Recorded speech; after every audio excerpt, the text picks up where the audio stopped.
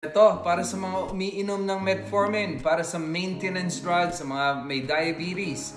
Kung kayo umiinom ng metformin, number 1, bawal gawin.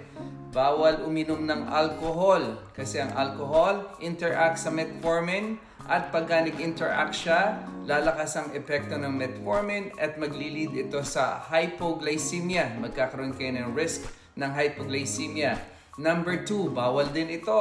Bawal kumain ng masyadong matatamis sa pagkain. Yung mga processed food, sugary food. Nalilimitahan ang epekto ng metformin pagka kayo kumakain ng excessive carbohydrates. Kasi ang purpose ng inyong medication, ng metformin, ay mabawasan ng sugar, blood sugar sa ating katawan. So, magka-counteract ang pagkain at magka-counteract ang epekto ng metformin dahil sa excessive sugar. Number 3, ito naman yung dapat mong gawin.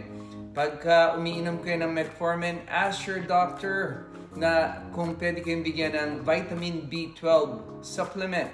Kasi kung minsan kung nagkakaroon kayo ng numbness, tingling sensation, hindi lang ito sa diabetes. It could be from a side effect na nagkukulang kayo sa vitamin B12. Alright? So, pagka nagkulang kayo or may deficiency kayo sa vitamin B12, magkakaroon kayo ng tingling sensation and numbness. And consult with your primary care doctor and share the video. Alright? Bye-bye!